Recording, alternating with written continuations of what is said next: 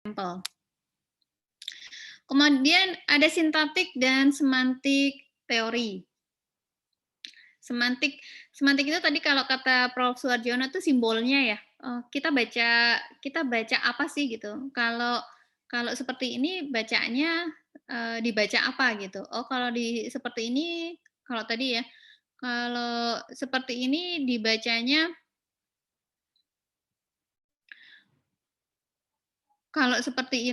dibacanya oh kita akan melalui jalan yang panjang yang penuh dengan pemandangan yang indah misalnya gitu. Jadi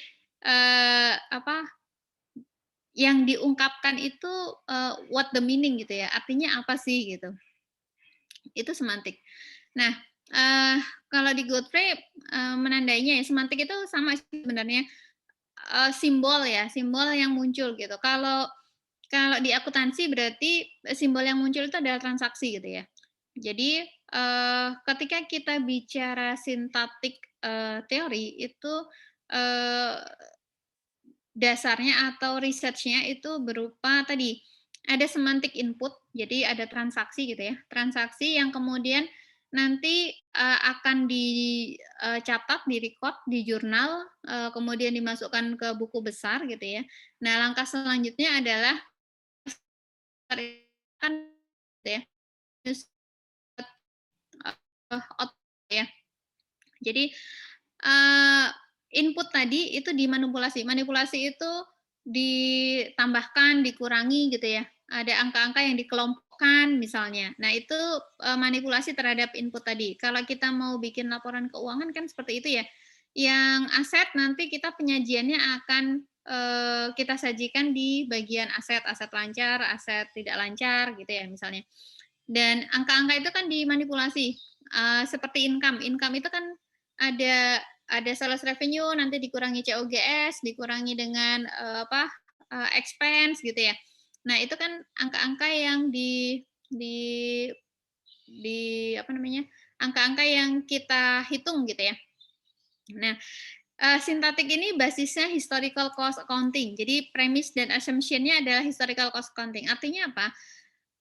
Ketika kita mencatat transaksi, itu adalah transaksi yang sesuai dengan fakta. Oh, ini transaksinya kita mendapatkan nilainya sebesar ini gitu ya. Kemudian kita catat dan kita manipulasi.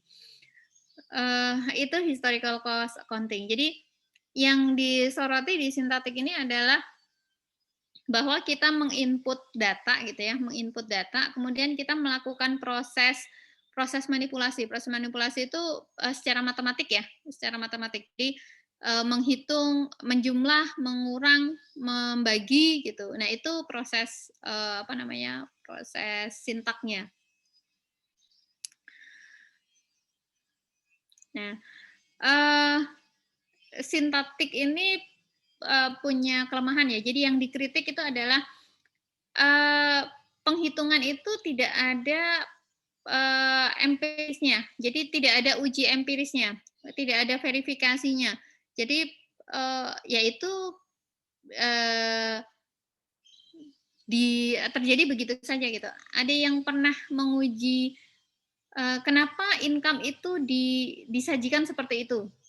Kan nggak ada ya. Ya sudah, income itu memang disajikan ada sales revenue, ada dikurangi COGS, dikurangi expense. Normalnya seperti itu gitu. Jadi basis dia itu adalah idealnya seperti ini gitu. Jadi tidak ada pengujian secara empiris gitu ya.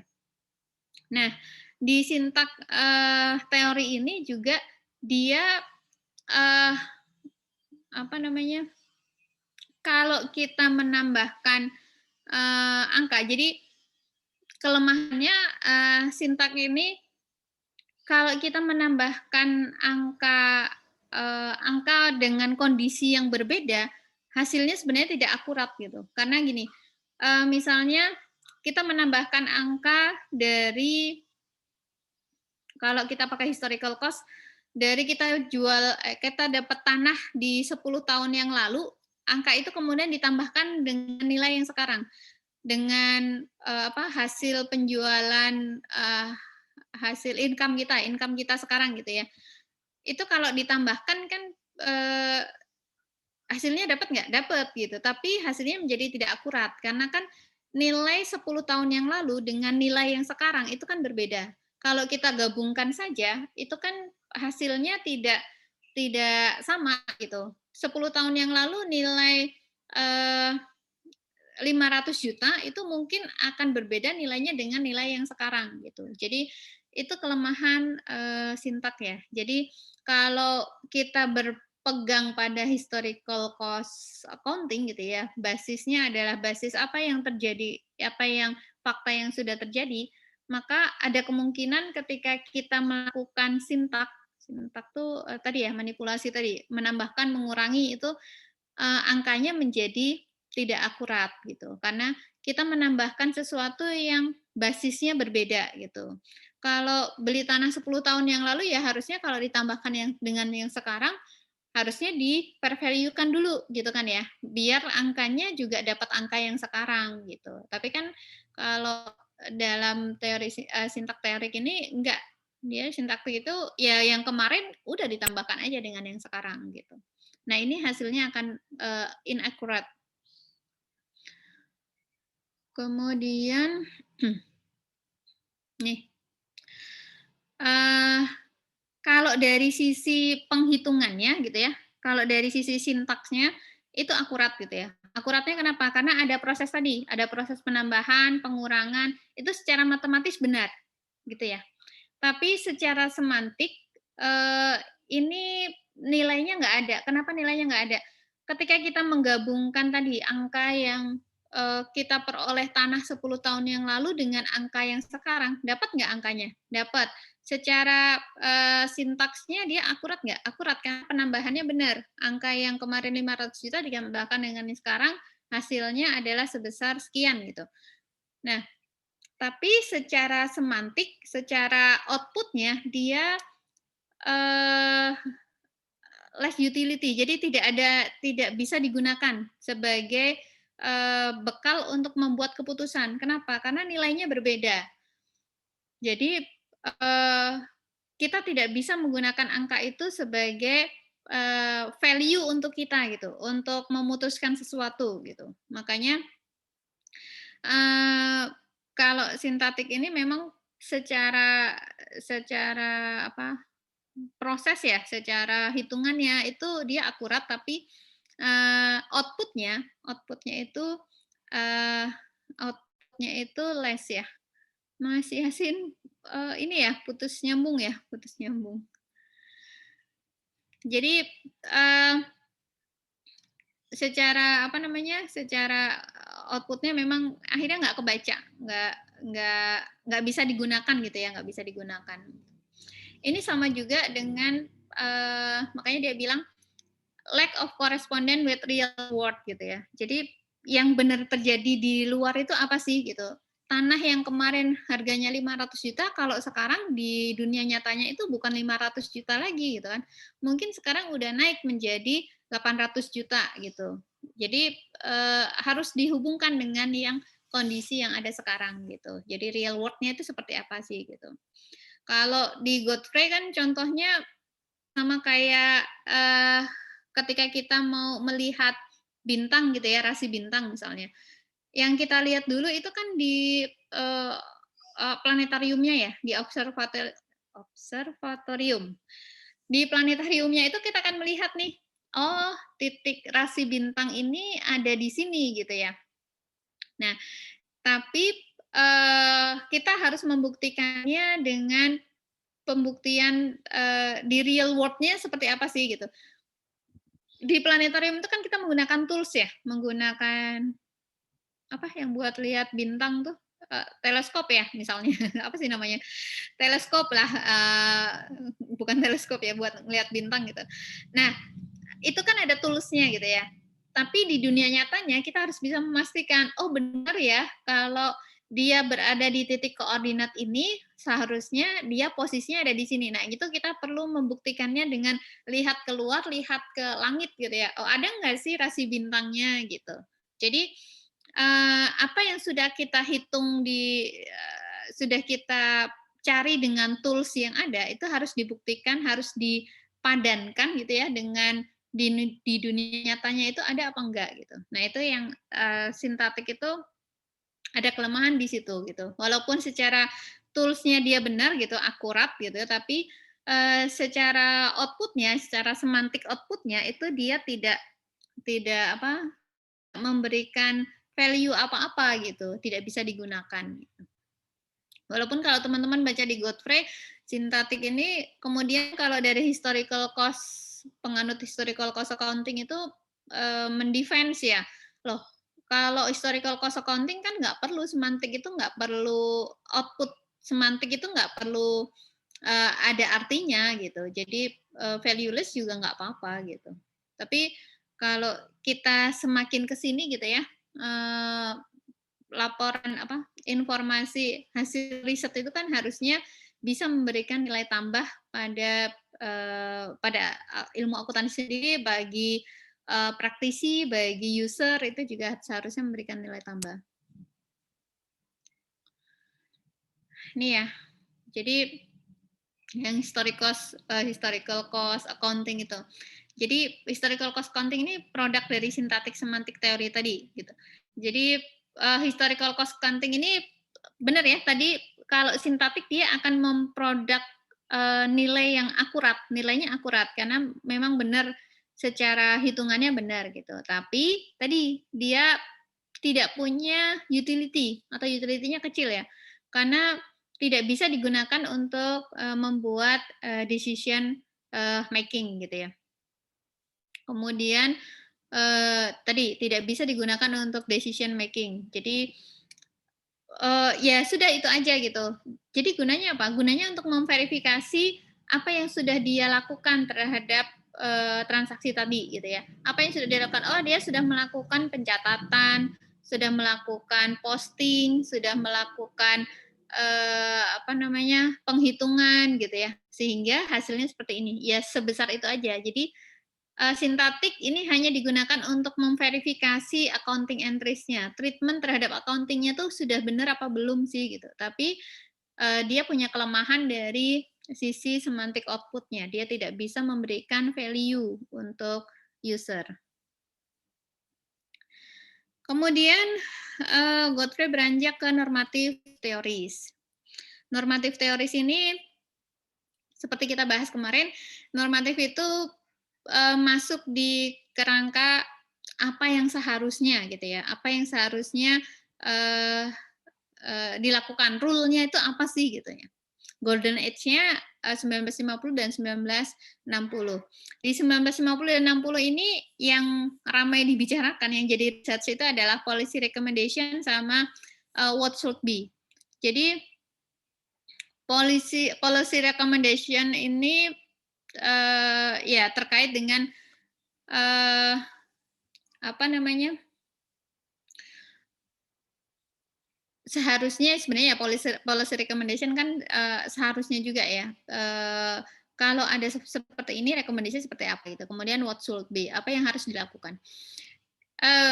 Risetnya itu ada di dua ini, ada di dua hal ini di 1950 1960 itu. True income atau profit dan praktik untuk enhance decision usefulness. Jadi meningkatkan apa namanya decision usefulness. True income atau profit ini apa? Di true income atau profit ini yang muncul itu debat. Debat dan tidak ada kesepakatan sebenarnya ya. Jadi di true income ini mereka saling mendebat ya. Satu researcher dengan researcher yang lain itu saling apa namanya mengungkapkan gitu ya, mengungkapkan bahwa oh cara menghitung profit yang benar itu seperti ini, cara menghitung profit yang benar itu adalah seperti ini gitu. Jadi mereka punya masing-masing dan mereka berdebat dengan tidak ada kesepakatan. Akhirnya ya tidak ada kesepakatan mana yang harus diberlakukan gitu ya. Mereka hanya berdebat bahwa ada beberapa alternatif pilihan untuk menghitung profit itu dengan benar gitu.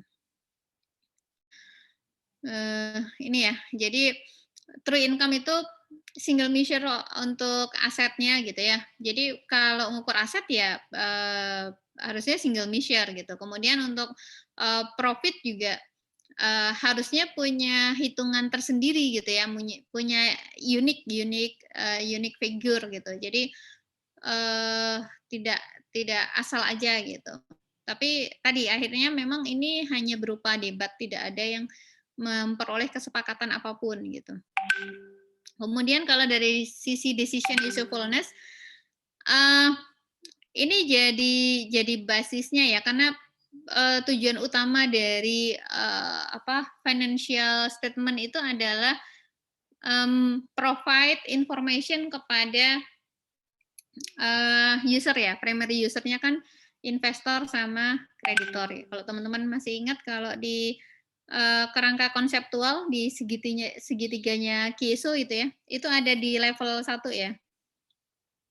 Segitiga Kiso kan ini level 1 ya. Level 1 itu objektif ya. Objektif di sini ada kualitatif karakteristik sama elemen, kemudian di level 3-nya ada measurement, ada principle measurement masuk principle. Ada assumption, ada principle, kemudian ada cost constraint gitu ya di level 3. Nah, karena dia ada di basis di level pertama gitu ya, si decision usefulness ini research-nya mengupayakan mencari tahu gitu ya, mencari tahu seberapa bergunanya sih si accounting data ini gitu ya. Accounting data ini berguna nggak untuk provide useful decision making gitu ya. Jadi kalau disajikan seperti ini gitu ya accounting-nya, itu provide useful data nggak buat mereka gitu. Nah, ini yang jadi di decision usefulness. Decision usefulness ini juga memang agak rumit ya untuk menilai berguna nggak sih gitu, karena decision usefulness ini kan faktornya banyak ya. Selain accounting data itu sendiri, sebenarnya kan dari sisi usernya itu banyak faktor juga gitu ya. Tadi termasuk mood gitu juga ya. Itu termasuk yang berpengaruh terhadap decision making. Tapi kita mengabaikan itu ya. Jadi yang diambil adalah kalau datanya disajikan seperti ini, kira-kira berguna nggak bagi si decision maker gitu ya. Nah, ketika kita melakukan decision making ini, jadi menggunakan normatif teoris untuk melihat gitu ya, apakah yang disajikan gitu ya, accounting system dari satu perusahaan itu bisa mensupport decision making-nya. Nah, support ini kan bisa dilakukan kalau accounting system ini bisa memberikan data yang kemudian bisa dijadikan model untuk prediction. Jadi data dari accounting system ini nanti akan diolah gitu ya, diolah untuk menjadi model of prediction. Jadi kalau sudah punya model of prediction nanti kita bisa mensupport untuk decision making-nya gitu. Jadi kita sudah punya model of prediction, tinggal decision modelnya seperti apa. Kok ada decision model lagi? Karena mungkin decision-nya kita tidak hanya punya satu pilihan gitu ya, tapi kita punya berbagai alternatif misalnya. Jadi basis prediksi ini nanti yang akan digunakan untuk mengisi. Kalau kita memilih alternatif ini, nanti impact-nya apa dari prediksi ini. Kalau alternatif ini nanti impact-nya apa dari prediksi ini. Jadi disinilah peran dari accounting system. Tapi ini sekaligus menjadi kritik juga untuk normatif teori ini karena berarti ini kan jalannya jauh ya kalau untuk ke decision usefulness gitu ya. Dari accounting system dia prediksi dulu baru ada decision model gitu ya. Nah, kita perlu melihat juga accounting system ini apakah benar-benar punya pengaruh besar terhadap decision usefulness. Jangan-jangan yang berpengaruh besar itu karena model prediction-nya gitu ya. Karena kita punya prediction yang seperti itu, maka kita menghasilkan menghasilkan prediksi yang bagus sehingga decision-nya bagus. Kemudian dari sisi decision modelnya juga, dari sisi decision modelnya kita juga perlu melihat juga apakah decision modelnya ini juga memberikan pengaruh gitu ya. Jadi kalau decision modelnya ternyata bagus, oh belum tentu accounting sistemnya yang bagus, tapi decision modelnya yang bagus gitu ya. Ini azan ya. Istirahat dulu sebentar ya.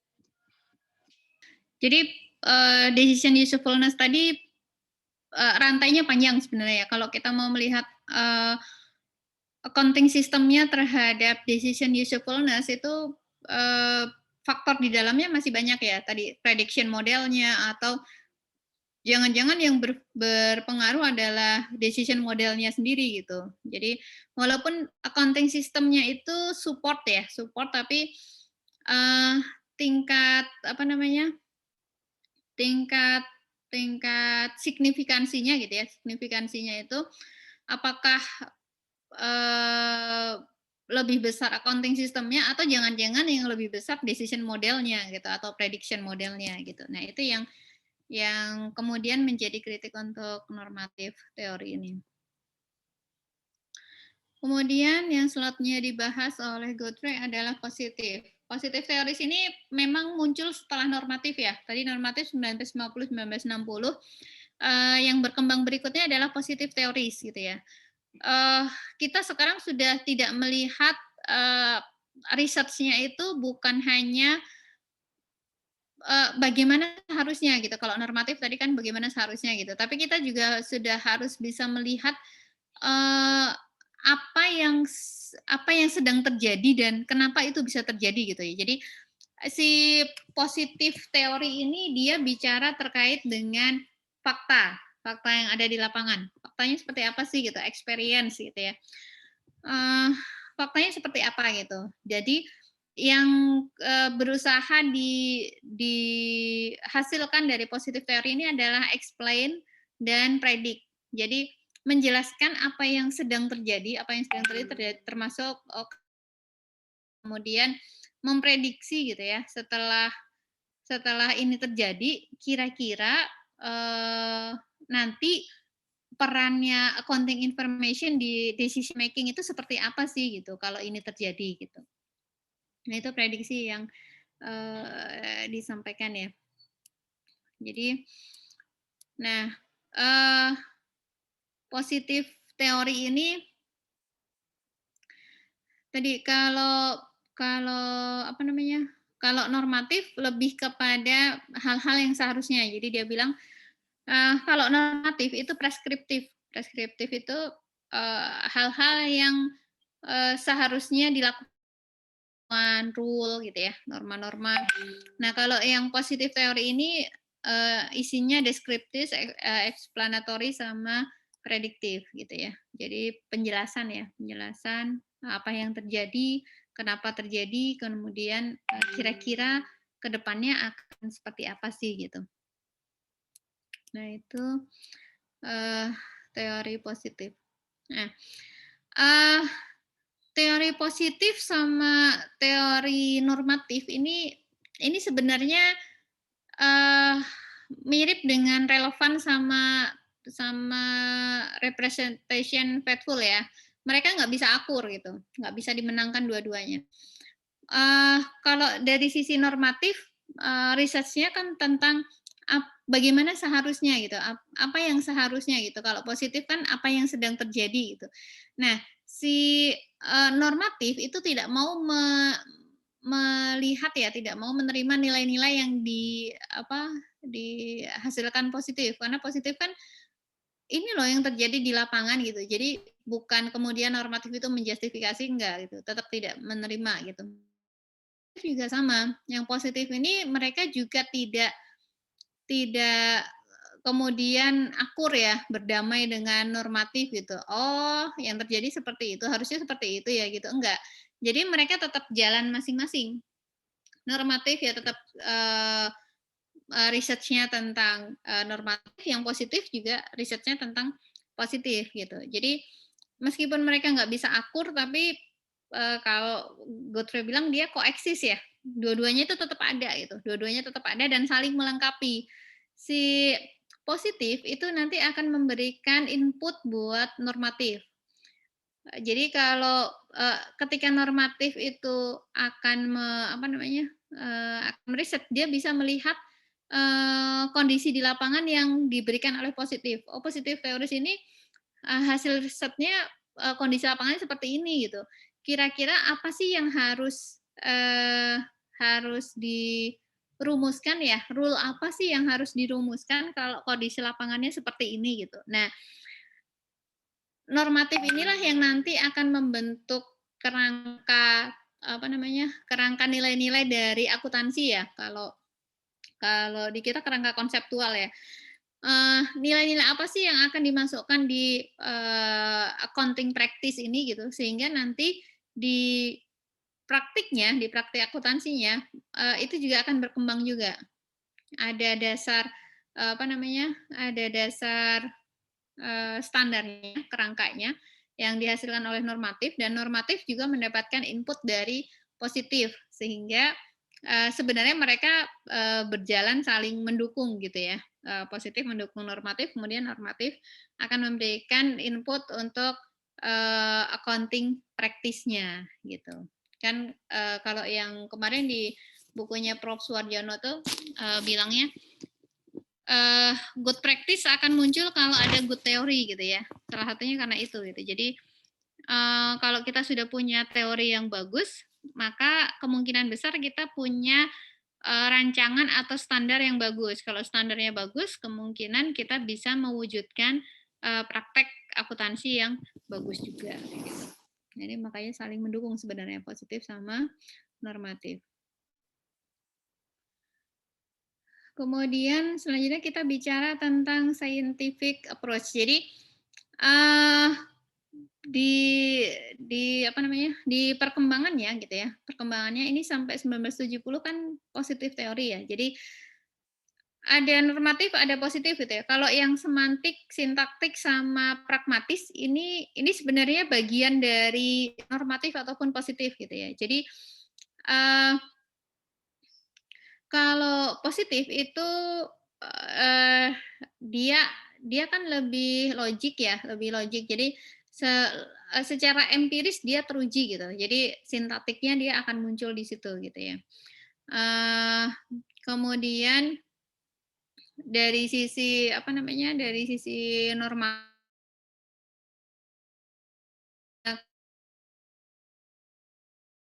atau semiotika ini nanti bisa masuk di dua-duanya. Nah, perkembangan selanjutnya gitu ya, perkembangan selanjutnya dari teori itu sekarang larinya ke scientific gitu ya. Jadi ini different perspektif itu perkembangan dari teori akuntansi selanjutnya. Researcher sekarang larinya ke scientific. Jadi researcher itu sekarang akan melihat kalau terjadi gap antara fakta dengan teori, maka itulah yang akan menjadi research question-nya gitu. Jadi si scientific ini akan memandang bahwa dunia ini menjadi objek dari penelitian. Jadi apa yang terjadi di dunia ini yang akan menjadi objeknya dia gitu. Nah, si scientific ini dia akan mengembangkan hipotesis gitu ya, hipotesis. Jadi ada teori yang dia pegang gitu ya, kemudian dia akan membuat hipotesis gitu ya untuk menguji apa yang terjadi di lapangan itu benar nggak sih menguatkan apa ya, memberikan validitas terhadap hipotesisnya dia atau melemahkan hipotesisnya dia gitu. Jadi asumsi dia gitu ya kalau di scientific ini teori yang ada gitu, teori asumsi yang muncul dari teori-teori itu seharusnya berlaku sama gitu, berlaku untuk semuanya gitu. Jadi ada form industri ataupun antar waktu itu mereka memegang teori yang sama sehingga asumsinya juga sama gitu, asumsi yang diberlakukan itu juga sama. Nah, dengan berdasar ini, si researcher dari scientific approach ini akan melakukan pendekatan bahwa dia punya teori ini gitu ya, kemudian dia lihat fakta di lapangan gitu, lihat fakta di lapangan, oh faktanya seperti ini, maka dia akan merumuskan hipotesis. Hipotesis ini sebenarnya tadi untuk menguji benar nggak teori yang ada itu memang memang masih ada gitu, masih berlaku gitu. Jadi yang di lapangan itu dia uji, kira-kira hipotesis ini memperkuat teori atau melemahkan teori. Kan kalau teman-teman membuat penelitian ya, kalau kuantitatif ada yang hipotesisnya ditolak gitu ya, ada yang hipotesisnya tidak ditolak gitu ya. Jadi kalau yang tidak ditolak artinya kan hipotesisnya benar ya, hipotesisnya misalnya memperkuat teori. Nah, itu berarti artinya kalau hipotesisnya tidak ditolak dia memperkuat teori gitu. Tapi kalau hipotesisnya ditolak misalnya oh ternyata teori ini tidak berlaku gitu. Nah, itu yang scientific. Kritik terhadap scientific ini jadi karena tadi ya dia menggunakan berprinsip satu asumsi untuk semuanya gitu ya. Jadi seluruh seluruh lini itu eee, menggunakan asumsi yang sama, memegang teori yang sama gitu, menggunakan teori yang sama. Maka pada akhirnya yang terjadi adalah mereka akan membenturkan gitu ya, secara statistik gitu. Risetnya itu secara statistik membenturkan, berbagai, apa namanya, berbagai variabel tadi ya, berbagai variabel tadi gitu. Jadi, dan ini butuh dalam skala yang besar gitu risetnya, untuk bisa tadi, untuk bisa, membuktikan ya, apakah ini menguatkan atau melemahkan teori gitu. Nah, kelemahannya juga, eee, penelitian ya, kadang-kadang research-nya kadang-kadang itu tidak langsung ke accounting practice-nya gitu. Jadi nggak langsung ke akuntannya, tapi di wilayah-wilayah yang agak jauh dari accounting practice gitu ya. Misalnya dia ada di, market ya, di apa, pasar saham gitu misalnya. Nah, pasar saham ini sebenarnya, eee, pengguna nggak dari, apa, akuntan gitu ya, dari output-nya akuntan. Iya, mereka pengguna gitu. Cuman untuk sampai ke sana sebenarnya kan, eee, ada variabel-variabel lain yang berpengaruh gitu ya. Kalau teman-teman meneliti misalnya pengaruh dari, apa namanya, dari laba gitu, laba terhadap, nilai saham misalnya gitu kan. Eee, Nilai saham ini kan sebenarnya, eee, bukan langsung pengaruh dari laba ya, nilai saham ini banyak sekali pengaruh di dalamnya gitu. Termasuk, apa namanya, termasuk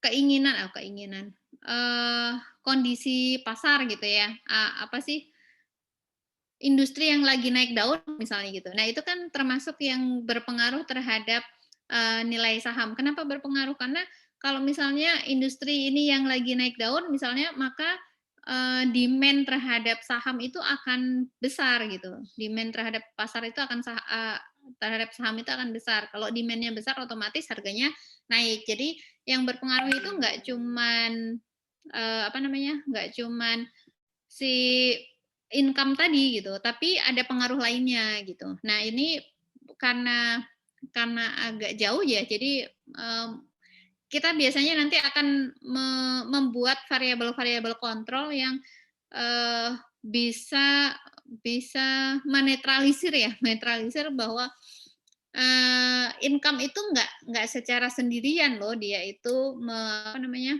berpengaruh terhadap saham, tapi ada faktor lain yang juga turut berpengaruh gitu. Nah itu kritik terhadap scientific-nya. Kemudian, untuk menetralisir. Jadi, naturalistik ini muncul sebagai, apa ya, sebagai jalan tengah ya, jalan untuk melihat, researcher itu pengen melihat, kondisinya itu sesuai dengan alamiahnya itu seperti apa sih nature-nya.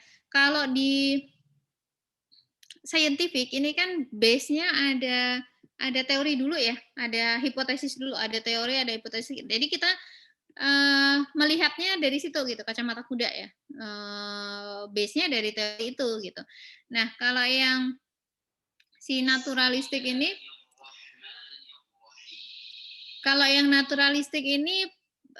dia tidak mendasarkan pada satu teori apapun. Jadi ketika dia apa, research, tidak punya dasar gitu ya. Kalau di kualitatif apa ya namanya, ground theory kali ya? Kalau kualitatif. Jadi, eee, dasarnya dia tidak punya teori apapun, hanya melihat apa sih yang terjadi di lapangan gitu ya, yang terjadi di, industri itu apa gitu. Nah itu yang coba dia potret kemudian baru dirumuskan gitu ya, dirumuskan, oh ini yang terjadi gitu. Jadi, pengembangan teorinya basisnya adalah apa yang terjadi gitu ya, apa yang terjadi baru dikembangkan menjadi hipotesis gitu. Kalau si, scientific, Kalau scientific ini kan enggak. Scientific ini hipotesisnya muncul itu untuk menguatkan atau melemahkan gitu ya, menguatkan atau melemahkan teori. Jadi kalau kita punya teori A misalnya ya, hasil di lapangan menunjukkan seperti ini, oh tidak signifikan misalnya, oh akhirnya, tertolak gitu ya, teori ini tidak terbukti di sini gitu misalnya, itu berarti melemahkan teori. Gitu, itu yang scientific. Nah, eee alternative ways of looking at the world. Jadi tadi si siapa namanya, si scientific kan, menggunakan menggunakan apa namanya, menggunakan ontological ya. Jadi dia punya punya assumption sendiri gitu ya, punya teori sendiri yang sudah dia pegang gitu kan.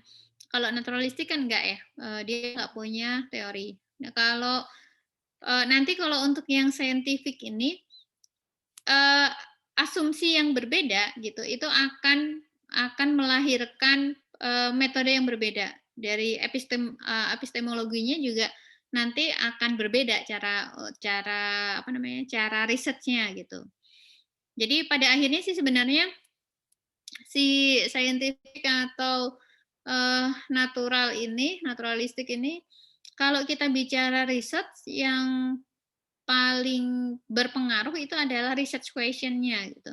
Kita mau bicara apa sih gitu. Kalau research question-nya itu, eee, kita sudah mendasarkan pada satu, teori gitu ya, maka, kita akan lari ke scientific. Atau, ketika research question-nya itu mau tahu apa yang terjadi gitu ya, ini maka akan masuk ke naturalistik. Tapi, eee ground theory itu kalau menurut saya effort-nya akan sangat, besar ya. Jadi kalau kita ke lapangan dengan blank gitu ya, blank nggak ada pengetahuan apapun, bisa jadi kita juga tidak akan mendapatkan apapun karena kita tidak bisa menganalisis ya, menilai apa sih yang terjadi di lapangan gitu ya. Sama kayak kita kalau pergi ke apa namanya, ke pasar hanya untuk melihat-lihat gitu ya.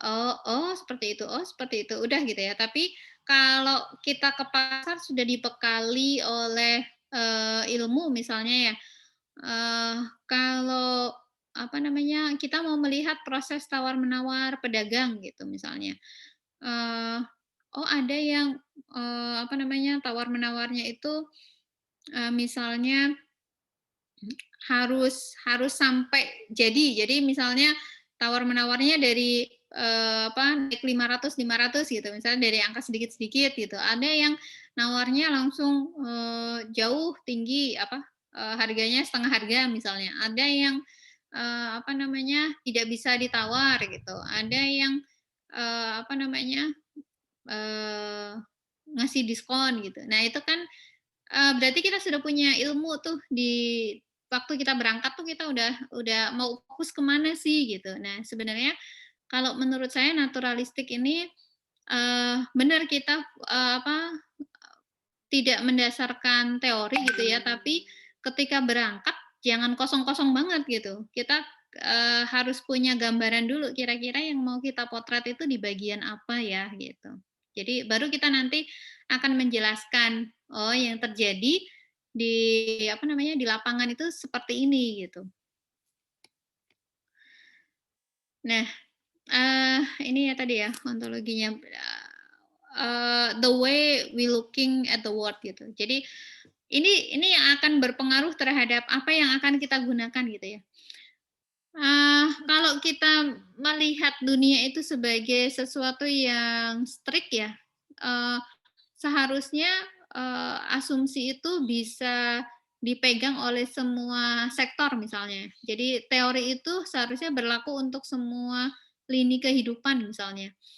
Maka yang kita gunakan tadi scientific dan di sini kategori assumption-nya itu kan ada 6 ya. Yang pertama ini yang paling paling strict ya, kenapa paling strict? Karena dia mengasumsikannya semuanya ikut ikut teorinya gitu. Jadi seluruh sektor itu ikut teorinya, makanya digunakan adalah scientific.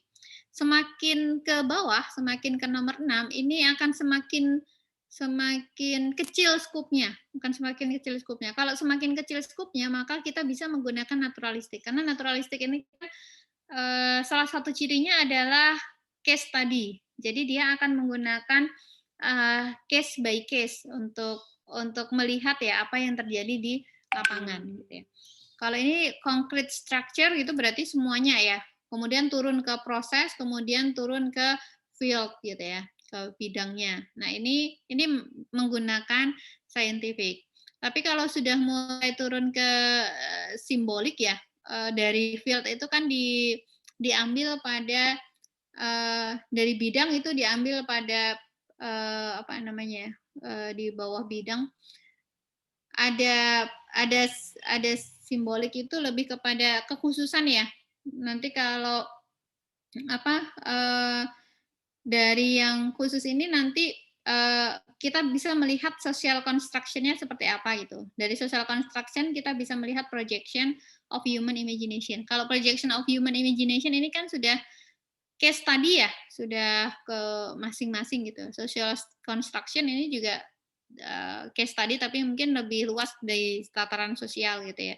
Atau di tataran apa namanya? Suatu adat, suatu budaya gitu ya, di simboliknya itu muncul di sini. Nah, ini masuk di ranahnya naturalistik. Kalau yang di sini, ini kan lebih besar ya, konteks lebih besarnya, maka menggunakan scientific.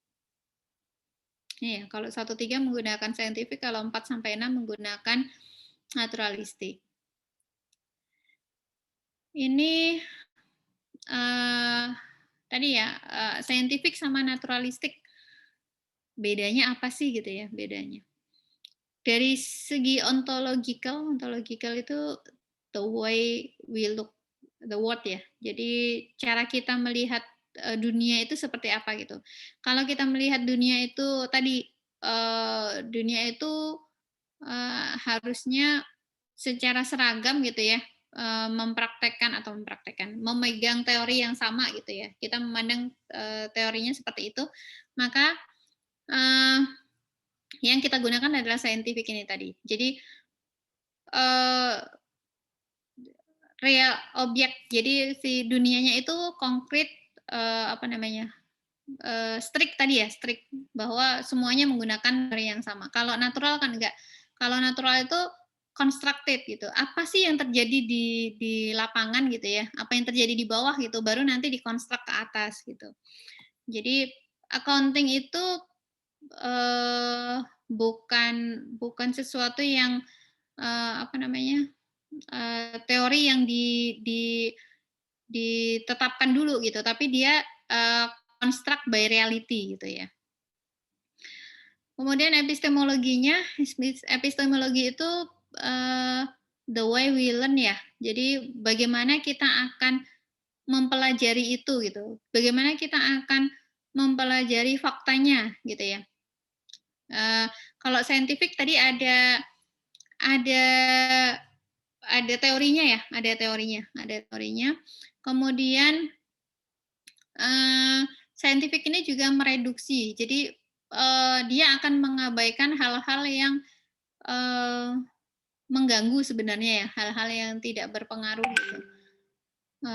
Kemudian testingnya individual hipotesis. Jadi tadi hipotesisnya masing-masing akan diuji gitu ya untuk mendapatkan apakah dia memperkuat atau melemahkan gitu ya. Kemudian kalau dari sisi naturalistik, dia akan lebih komprehensif ya, holistik karena dia paham bahwa dunia itu nggak sama gitu. Dunia itu nggak sama. Dunia itu berbeda-beda gitu. Makanya ada case-case yang muncul gitu ya, karena setiap bagian dunia itu punya situasi yang berbeda-beda gitu, sehingga dia akan melakukan akan bereaksi dengan hal yang berbeda. Dan si natural ini dia prinsipnya yang berbeda-beda itu tidak bisa direduksi, jadi tidak bisa diabaikan saja gitu. Kompleksitas itu tidak bisa ditangani dengan hanya mereduksi perbedaan-perbedaan itu aja gitu. Jadi nanti untuk yang natural ini juga tidak bisa digunakan untuk generalisasi. Kalau yang saintifik ini kan bisa untuk generalisasi gitu ya, karena tadi dia punya asumsi semuanya melakukan hal yang sama sehingga bentuknya bisa generalisasi. Tapi kalau yang naturalistik karena dia case by case ya tidak bisa di generalisasi. Kemudian metodologinya kalau saintifik pasti dia structure ya, terstruktur karena dia perlu menguji secara empiris gitu ya, perlu menguji secara empiris dan dia juga menggunakan teori terlebih dahulu. Jadi ada theoretical base-nya gitu sehingga dia akan mengujinya secara empiris dan terstruktur gitu. Kalau yang naturalistik tadi tidak terstruktur dan tidak ada basis teorinya. Kemudian metodenya kalau yang saintifik menggunakan sintaktik. Sintaktik tadi akurat ya karena ada perhitungan dan segala macam. Kemudian empirical induction-nya dari empirical induction untuk membentuk hipotesis gitu ya.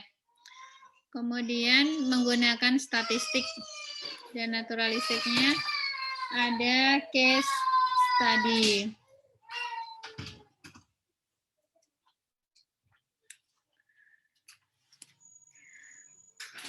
Ini kemudian misconception dari scientific approach gitu ya. Jadi scientific approach yang diaplikasikan untuk accounting ini kita akan banyak orang yang berharap gitu ya. Kalau scientific itu berarti dia akan memberikan absolute truth gitu ya, memberikan kebenaran yang absolut gitu ya. Karena kan dia scientific, sudah diuji secara empiris, kemudian terstruktur gitu ya. Seharusnya dia memberikan kebenaran yang absolut. Nah, ini tidak bisa juga kalau kebenaran absolut gitu ya. Karena ilmu itu kan pasti berkembang ya. Jadi research apapun pasti juga akan berkembang gitu. Kalau teman-teman mungkin kalau dulu ya bumi itu datar. Sekarang muncul lagi ya bumi datar. Bumi itu datar gitu ya. Kemudian ditemukan lagi bumi itu nggak datar, bumi itu bulat gitu ya. Nah, sampai sekarang ya masih terjadi pergolakan gitu ya. Karena memang kebenaran itu kalau kita bicara sains, maka kebenaran itu ya tidak ada yang absolut gitu ya. Pasti akan semakin berkembang gitu karena pengetahuan kita kan terbatas ya, pengetahuan kita terbatas gitu. Jadi ya kita hanya tahu di saat sekarang saja gitu. Nanti kalau ada informasi lain lagi ya kita akan tahu lagi gitu. Jadi absolute truth itu memang tidak akan pernah ada gitu. Kemudian make scientists out of accounting practitioners gitu. Jadi scientist itu bukan practitioner gitu. Kalau kemarin di bukunya Profesor Jono cerita ya, ada pemisahan ya antara researcher dengan akademisi dengan pengajaran gitu ya. Researcher itu merasa diisolasi gitu ya karena dia merasa tidak mendapatkan input ya. Kalau praktisi sama pengajar itu kan akur mereka ya. Praktisi ini akan memberikan input kepada pengajar. Yang terjadi di lapangan itu seperti ini. Maka pengajar nanti akan mengupdate bahan ajarannya itu kepada mahasiswa. Yang terjadi di lapangan adalah seperti ini. Sehingga nanti mahasiswa ketika lulus itu bisa mempraktekkan sesuai dengan yang sudah update gitu ya, tidak ketinggalan zaman gitu. Itu jadi praktisi sama pengajar akur. Tapi kalau dengan researcher ini bukan nggak akur ya, nggak ada waktu sebenarnya kalau menurut saya si praktisi ini kan modelnya pragmatis ya.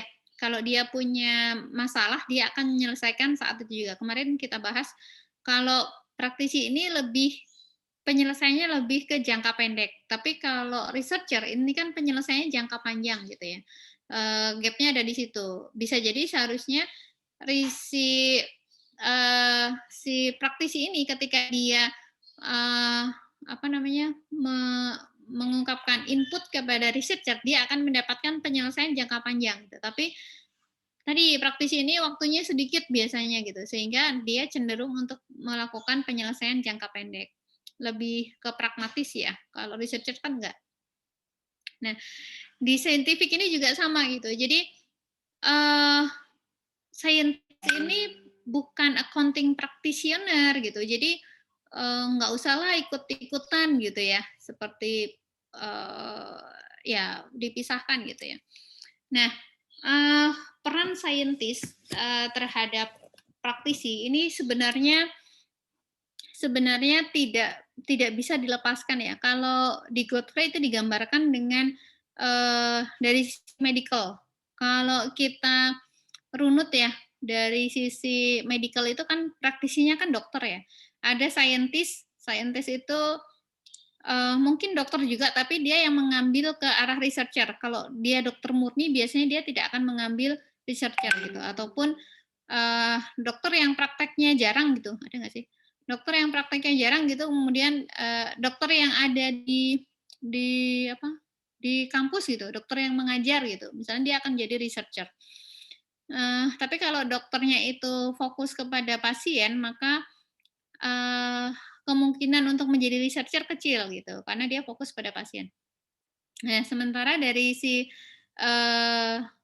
researcher-nya sendiri gitu, itu ya tugasnya untuk research gitu ya. Dari dokternya, dari praktisinya, sebenarnya dokter itu terbantu dengan hasil risetnya si researcher gitu. Jadi kalau dia mendiagnosis penyakit gitu ya, mendiagnosa penyakit, itu kan dia harus punya pegangan nih gitu ya. Selain buku-buku yang dia pelajari di perkuliahan kan ada update nih karena penyakitnya baru gitu. Misalnya COVID ini gitu ya. Ketika menangani COVID, oh ada transmisi. Ini kan bukan yang ada di buku kuliah kemarin, bukan bukan hasil dari apa namanya knowledge-nya dia gitu. Tapi dia harus mengupdate lagi. Makanya dia jadi punya panduan untuk apa namanya untuk mendiagnosa penyakit itu gitu karena ada riset terbaru yang mengatakan seperti ini. Nah, itu bisa dijadikan panduan. Nah, tapi memang risetnya yang dihasilkan oleh researcher ini bisa jadi tidak menjawab semua yang jadi pertanyaan dokter. Karena dokter itu kan di lapangan ya, dokter itu mungkin case-nya akan lebih banyak lagi. Case-nya sama-sama COVID gitu ya, tapi COVID-nya ini ada apa namanya, ada penyakit yang lain misalnya atau tadi udah transmisi dan segala macam gitu. Ada hal-hal yang tidak tercakup di researcher. Nah, ini butuh butuh kebijakan dari dokter untuk menangani. Kan nggak bisa si dokter ini nunggu riset gitu kan, dia harus menangani sekarang gitu. Makanya dia akan memberikan penanganannya itu sekarang. Nah, begitu juga dengan akuntansi. Akuntansi itu sama, practitioner-nya kan akuntan ya. Akuntan itu dia akan menghadapi banyak banyak permasalahan transaksi tadi ya, transaksinya itu akan bermacam-macam gitu. Si researcher mungkin akan menghasilkan apa namanya hasil research yang menaungi secara garis besar. Oh, kalau ada transaksi seperti ini, perlakuannya seperti ini gitu ya. Nah, mungkin si akuntan itu juga bisa menggunakan pedoman itu. Oh, menggunakan pedoman itu, tapi ketika di lapangan dia menemukan yang mirip tapi belum di-cover dengan pedoman itu, maka dia butuh apa namanya kebijakan sendiri gitu. Jadi mirip seperti itu. Makanya sebenarnya researcher sama practitioner itu tidak bisa dipisahkan gitu karena mereka sebenarnya saling mendukung. Practitioner itu membutuhkan input dari researcher gitu ya untuk menjadi pegangan dia. Nah, si researcher itu juga butuh input dari practitioner untuk apa namanya, sebagai bahan dia untuk melakukan research gitu.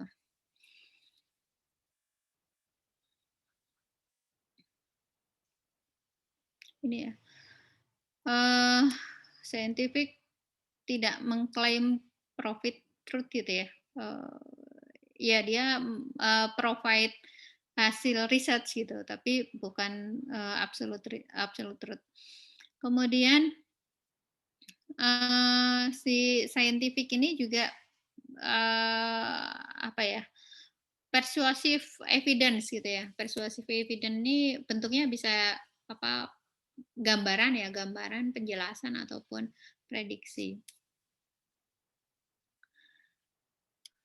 Ini terakhir untuk yang auditing. Auditing ini perkembangan teorinya mengikuti accounting. Karena kan memang auditing ini proses verifikasi ya atas accounting-nya gitu ya. Ketika kita melakukan input untuk pencatatan akuntansi gitu ya, kemudian kita memprosesnya, nah si auditing ini akan memverifikasi inputnya udah benar belum sih gitu. Kalau inputnya udah benar, dokumennya apa? Apakah dokumennya sudah dicatat dengan benar dan dokumennya legal misalnya gitu ya. Kemudian prosesnya seperti apa? Ini yang diikuti oleh auditor. Auditingnya seperti itu. Nah, si auditor ini nanti akan memberikan opini ya atas laporan keuangan tadi. Opininya opininya bukan benar salah ya. Opininya itu kan wajar tanpa pengecualian, wajar dengan pengecualian gitu ya. Jadi bukan benar atau salah tapi fair, wajar gitu ya. Ya, perkembangan teorinya ini tadi mengikuti accounting. Jadi ketika accounting memasuki juga mengikuti normative approach. Ketika positif juga dia ngikutin positive approach. Kalau normatif di awal-awal si auditing ini dia berfokus pada scope dari laporan keuangan. Itu scope-nya apa saja sih. Kemudian baru beranjak ke apa namanya? Ke prinsip-prinsip auditing gitu ya. Kemudian nanti masuk ke fraud dan sebagainya. Gitu. Ini terakhir summary-nya. Jadi formulation accounting theory itu banyak ya. Maksudnya sebenarnya nggak banyak sih. Positif, normatif gitu ya. Positif, normatif. Kemudian evolusinya menjadi scientific dan naturalis gitu ya. Yang paling mendasar sebenarnya kalau kita melakukan research terkait dengan akuntansi, ini pilihan kita sih, kita mau melihat dari sisi mana gitu ya, dari sisi mana. Jadi sebuah transaksi mungkin bisa dilihat dari sisi pendekatannya bisa normatif, bisa positif gitu ya, bisa scientific, bisa naturalis gitu. Tergantung kita mau melihatnya dari sisi yang mana gitu. Itu aja mungkin yang saya sampaikan untuk hari ini. Dari teman-teman, ada yang mau kita diskusikan?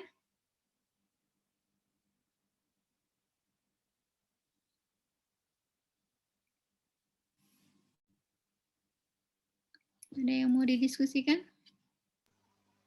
Bu, izin bertanya. Yuk, Mbak Dura.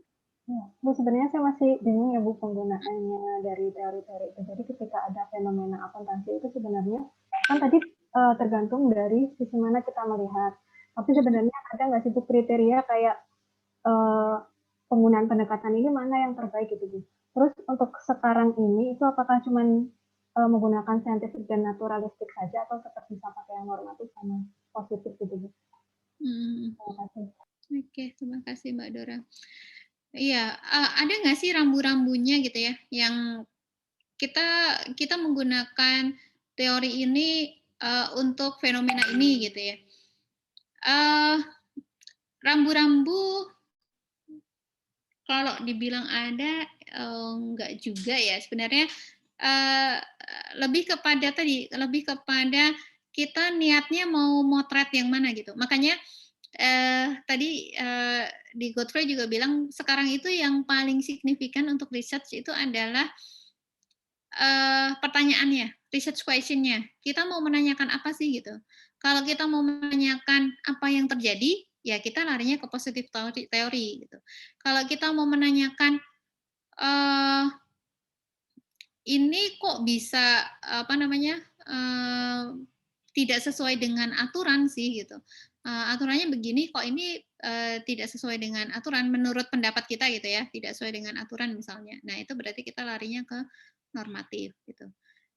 Eee, jadi memang tidak ada tidak ada yang spesifik gitu ya, yang menentukan, oh kalau fenomena ini berarti larinya ke positif atau larinya ke, normatif gitu. Begitu juga dengan yang saintifik sama naturalis ya. Eee, kalau saintifik itu mungkin, eee, kita butuh butuh data yang banyak ya, butuh data yang besar gitu ya, sampel yang banyak gitu untuk bisa memastikan bahwa, hipotesisnya teruji atau tidak teruji gitu ya. Tapi kalau, si naturalis kan ya kita cukup terjun ke lapangan gitu ya, mau cerita apa sih yang terjadi di lapangan gitu. Tapi itu pun kita harus punya sudut pandang, kita mau melihatnya dari mana dulu gitu ya. Jadi kalau, apa namanya, ciri-ciri mungkin, tidak ada ya, tergantung niatan kita sih mau meneliti yang apa gitu. Nah sekarang untuk normatif positif masih ada nggak sih gitu? Masih ada gitu ya. Jadi, tadi memang berevolusi ya dari normatif positif kemudian larinya eee, ke naturalis dan saintifik gitu ya. Tapi kalau kita bicara, apa namanya, hipotesis misalnya, kalau kita bicara saintifik itu pun, kita bicara kita punya satu teori tertentu gitu ya, satu teori tertentu. Nah, teori ini yang mau kita lihat apa? Yang mau kita lihat itu apa yang terjadi misalnya, apa yang terjadi. Kalau teori ini yang mau kita lihat apa yang terjadi, berarti pembuktiannya nanti menggunakan positif juga gitu. Jadi, evolusi ini tidak kemudian membatasi bahwa, sekarang hanya ada saintifik dan naturalis gitu ya. Karena saintifik dan naturalis itu pun, basic-nya kembali lagi ke research question-nya tadi gitu. Kita mau melakukan apa sih gitu. Apa yang menjadi, curiosity kita itu, di apa gitu. Nah itu yang kemudian menentukan, tetap kembali lagi nanti ke positif atau normatif ya. Eee, begitu Mbak Dora? Baik Bu, terima kasih. Iya, sama-sama. Dari teman-teman lain mungkin ada pendapat? Izin tanya, Enggak, Mas Faiz? izin tanya yang Iya. kan tadi ada scientific research sama naturalistic research ya Bu ya. Itu mungkin nggak sih Bu hasil dari keduanya ini saat istilahnya apa ya, mencari tahu kebenaran itu berbeda gitu Bu hasilnya, berlawanan kayak gitu. Nah kalau berlawanan kayak gitu tuh apa mungkin, dan kalau mungkin kita harus ikut yang mana? Hasil dari naturalis sama saintifik itu hasilnya berbeda gitu ya.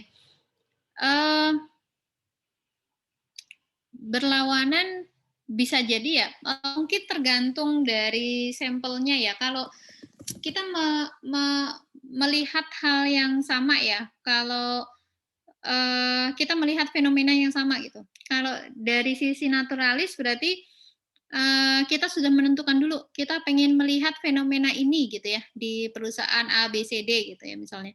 Nah, kalau di saintifik kan dia sudah memastikan tuh, saya akan menggunakan teori ini untuk melihat fenomena ini gitu ya.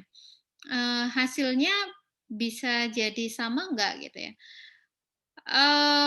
bisa jadi berbeda gitu ya, karena mungkin asumsi yang digunakan berbeda itu juga bisa gitu ya.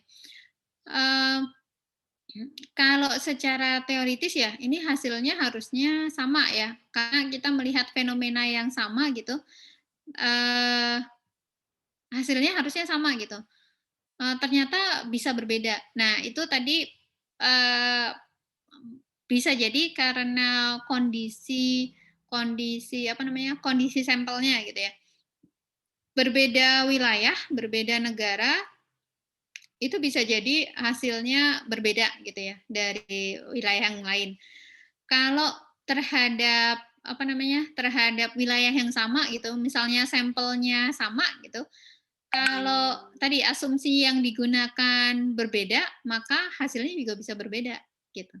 Jadi memang perbedaan itu bisa memungkinkan gitu ya. Tapi kalau di research mungkin yang perlu kita apa namanya, perlu kita perhatikan ya, kalau terjadi perbedaan hasil, kita harus bisa memberikan justifikasi ya, kita harus bisa memberikan alasan, kenapa sih ini berbeda gitu. Tadi mungkin dari sisi wilayahnya gitu ya. Kalau teman-teman, mungkin baca jurnal-jurnal, kalau yang di apa, di negara A, negara B, negara C kok hasilnya beda-beda. Mungkin dari sisi, culture-nya, dari sisi apa namanya, sosialnya itu berbeda, itu bisa juga, jadi justifikasi atau memang dari sisi apa namanya, dari sisi asumsi yang digunakan berbeda, itu bisa juga gitu. Kayak Covid ini, kenapa di Cina bisa selesai dalam sekian, bulan, di kita masih lama banget gitu ya, karena memang, treatment-nya berbeda, kemudian, sosial culture-nya berbeda, hasilnya juga akan berbeda gitu. Gitu mungkin Mas Lutfi ya? Siap Bu, terima kasih. Sama-sama. Teman-teman yang lain, adakah? Izin mau bertanya, Bu. Yuk, mangga. Pertama mau nanya soal naturalis. Mhm.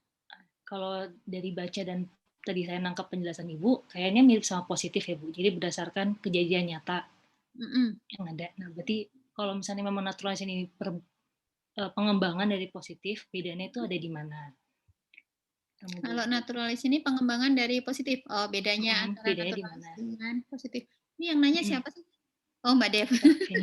Nyari orangnya kemana? Oke. Terus yang kedua, Bu, mau nanya soal pragmatik yang psychological. Tadi di bayangan saya pas Ibu jelasin itu, contohnya itu dengan nilai perusahaan. Dalam hal ini harga saham. Karena walaupun banyak faktor lainnya membutuhkan variable control, tapi memang sentimen dari pengguna saham itu, pengguna laporan keuangan, pemain saham itu kan sangat besar terhadap harga saham. Nah, apakah perilaku user yang dimaksud di teori psychological pragmatic ini adalah seperti harga saham itu, Bu? Atau ada cara lain untuk mengukur perilaku dari user? Masih. Reaksinya ya, cara mengukurnya seperti apa gitu. Oke. Yang pertama tadi ya, apakah naturalis itu pengembangan dari positif? Sebenarnya basisnya sama ya, dua-duanya itu basisnya mau menjelaskan apa yang sedang terjadi gitu ya. Basisnya apa yang sedang terjadi. Di positif dia explain ya, menjelaskan yang terjadi ini kenapa, kemudian prediksinya nanti ke sini gitu. Yang naturalis juga dia mencoba menggali gitu ya, mencoba menggali apa yang terjadi gitu ya. Nah, mungkin yang agak membedakan itu metodenya kali ya. Kalau yang positif ini kan dia mencoba menggali tapi metodenya terstruktur ya. Jadi dia sudah punya apa ya, ukuran tersendiri gitu ya. Yang naturalis mungkin bisa juga gitu, tapi kalau naturalis ini lebih lebih luas lagi ya. Kalau dalam bayangan saya naturalis ini bisa kualitatif, bisa mix ya antara kuantitatif dan kualitatif. Karena memang kita berusaha menggali sesuatu yang sebenarnya belum kita ketahui gitu ya. Tapi kalau yang positif itu kan kita punya fenomena tertentu gitu ya. Kemudian kita mau mengukur nih, mau mengukur, mau melihat gitu ya fenomena itu apa yang terjadi, kemudian kenapa ini bisa terjadi gitu ya. Walaupun mirip ya, tapi mungkin tadi metode saja yang digunakan mungkin agak berbeda kali ya Mbak Devi ya. Jadi pada ujungnya sih mungkin sama ya, berusaha menjelaskan apa yang terjadi, kenapa, kemudian memprediksikan gitu. Nanti larinya ke situ juga sih sebenarnya, naturalis juga gitu. Jadi ya mirip tapi mungkin di aplikasinya mungkin agak berbeda sedikit gitu. Kemudian yang kedua tadi terkait psychological pragmatic ya. Benar nggak sih dengan harga saham gitu ya? Ya, kalau secara ukuran mungkin yang paling gampang ya, paling gampang itu kalau reaksi user terhadap laporan keuangan itu harga saham ya. Karena itu kuantitatifnya jelas kelihatan ya. Tapi tadi kembali kalau tadi harga saham kata Mbak Dev itu yang berpengaruh banyak banget ya, yang mempengaruhi harga saham itu. Sehingga memang psychological pragmatic tadi punya kelemahan tadi ya, punya kelemahan dari sisi dia tidak bersentuhan langsung dengan accounting practice-nya gitu. Jadi memang rantainya agak panjang. Tapi kalau pengukurannya mungkin harga saham itu yang paling kelihatan ya Mbak Dev, karena kalau kita melihat reaksi dari bankers misalnya, kita melihat reaksi dari lender atau analis financial analis itu motretnya lebih susah lagi gitu, karena reaksinya reaksinya tidak terlalu kelihatan ya. Kalau saham kan reaksinya kelihatan, reaksinya dengan adanya demand yang besar atau dengan demand-nya turun gitu. Nah, itu langsung kelihatan. Tapi kalau reaksi bankers, reaksi lender itu mungkin akan jauh ya gitu. Gitu Mbak Dev. Ya. Terima kasih Bu. Sama-sama. Oke, ada lagi teman-teman yang lain?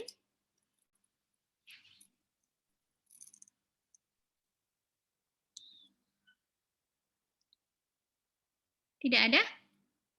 Cukup? Cukup ya? Oke, kalau cukup mungkin masih ada waktu 20 menit ya, 20 menit. Saya minta teman-teman untuk mencari contoh ya, mencari contoh dari 5 pendekatan yang tadi. Jadi yang di GCR tadi di awal ada 5 pendekatan ya. Nanti teman-teman coba cari contoh untuk 5 pendekatan tadi gitu. Contoh research-nya itu seperti apa sih kira-kira gitu ya, biar teman-teman punya gambaran ya untuk mengelompokkan ini risetnya seperti apa gitu. Oke, nanti bisa dikumpulkan di GCR ya. Saya nanti bikin folder di GCR, teman-teman nanti bisa kumpulkan di sana. Boleh tulis tangan, boleh diketik, boleh apa aja, asal dikumpulkan aja. Gitu. Oke, kalau tidak ada lagi untuk hari ini mungkin cukup sampai di sini ya. Kita ketemu lagi pekan yang akan datang, hari Kamis ya. Baik, dari saya untuk hari ini sekian. Assalamualaikum warahmatullahi wabarakatuh dan selamat siang semuanya. Waalaikumsalam.